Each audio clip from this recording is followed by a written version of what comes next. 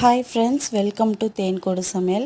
இன்றைக்கி நம்ம கன்னியாகுமரி திருநெல்வேலி ஸ்பெஷலாக இருக்கிற அவியல் தான் எப்படி பண்ணுறதுன்னு பார்க்க போகிறோம். இங்கே காய்கறி கடையில் அவியல் காய்கள்னு கேட்டாலே நம்மளுக்கு கொடுப்பாங்க. ஒரு 50 ரூபாய்க்கு வாங்கினோன்னா 2-3 தடவை அவியல் செஞ்சுக்கலாம். இந்த காய்கறியே நம்ம சாம்பாருக்கு கூட யூஸ் பண்ணிக்கலாம்.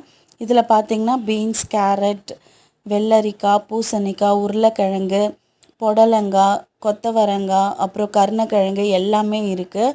வாழைக்காய் கூட சேர்த்துக்கலாம். மாங்காய் வேணுன்னா புளிப்புக்கு சேர்த்துக்கலாம்.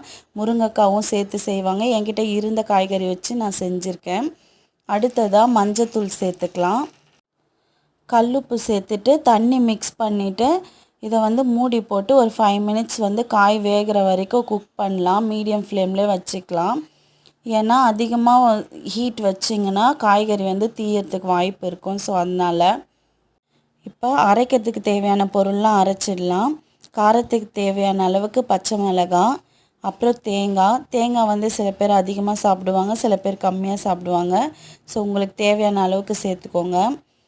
4 பல் பூண்டு தோல் உரிச்சது, அதுக்கடுத்து ஒரு 5 பல் சின்ன வெங்காயம் தோல் உரித்து வச்சுருக்கேன், அதையும் சேர்த்துக்கலாம்.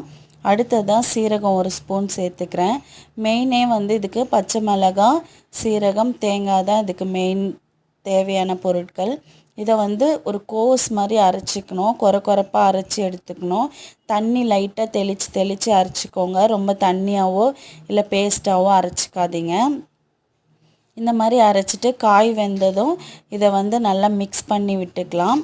மிக்ஸ் பண்ணிவிட்டு தேங்காயோட பச்சை வாசனை போகிற வரைக்கும் இதை மூடி போட்டு குக் பண்ணிக்கோங்க. திரும்ப ஒரு 2 மினிட்ஸ்க்கு. இது நல்லா கொஞ்சம் வாசனை போனதுக்கப்புறமா கருவேப்பிலையும் தேங்காய் எண்ணெயும் கொஞ்சமாக சேர்த்துக்கிறேன். இதில் தாளிப்பு கிடையாது. அவியலுக்கு முக்கியமான விஷயமே தேங்காய் எண்ணெய் தான். அந்த தேங்காய் எண்ணெயோட வாசம் சூப்பராக இருக்கும். இப்போ லோ ஃப்ளேமில் திரும்ப 2 மினிட்ஸ் குக் பண்ணிக்கோங்க. மூடி அப்படியே வச்சுருங்க.